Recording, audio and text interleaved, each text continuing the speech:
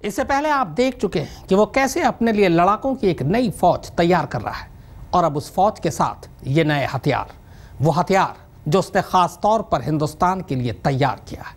दरअसल ये हथियार कुछ है ही ऐसा कि इसमें एक बार जो उलझा वो फिर इसके चंगुल से बाहर नहीं निकल पाएगा और इसीलिए ये बगदादी का अब तक का सबसे खतरनाक हथियार बताया जा रहा है।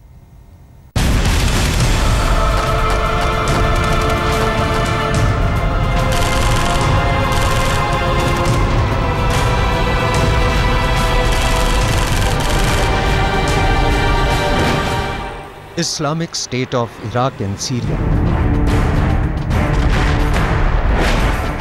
दुनिया का सबसे खतरनाक आतंकवादी संगठन,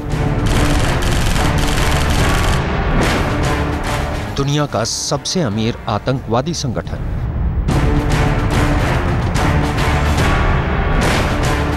विश्व का सबसे ताकतवर आतंकी संगठन। इराक और सीरिया में बड़े हिस्से पर आईएसआईएस अपना कब्जा कर चुका है।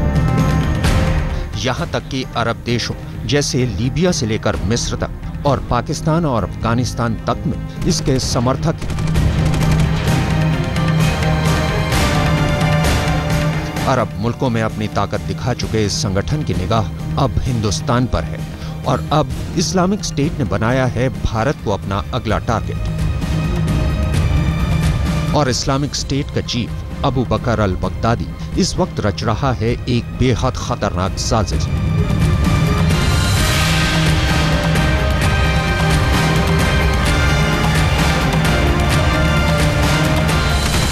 इस साजिश का चेहरा बेहद हसीन है। इस साजिश में वो करना चाहता है महिलाओं को शामिल। इस्लाम के कट्टर रूप को मानने वाला बगदादी अब अपनी ताकत को नई सरहदों तक पहुंचाना चाहता है।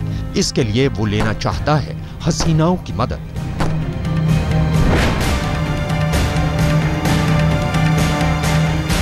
खुफिया सूत्रों ने बगदादी के प्लान इंडिया के बारे में बड़ा खुलासा किया है।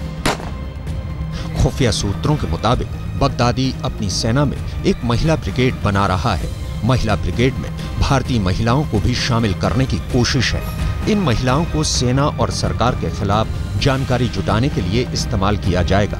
बंगाल से गिरफ्तार हैदराबाद की महिलाओं ने किया है ये खुलासा।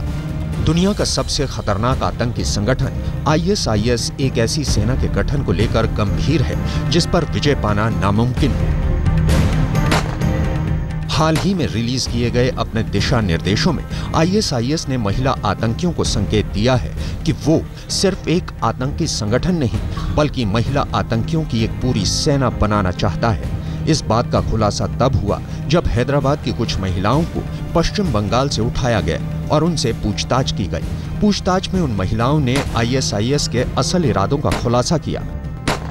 महिलाओं ने बताया कि आईएसआईएस महिलाओं को अपनी सेना में सिर्फ लड़ाई के मकसद से शामिल नहीं करना चाहता है।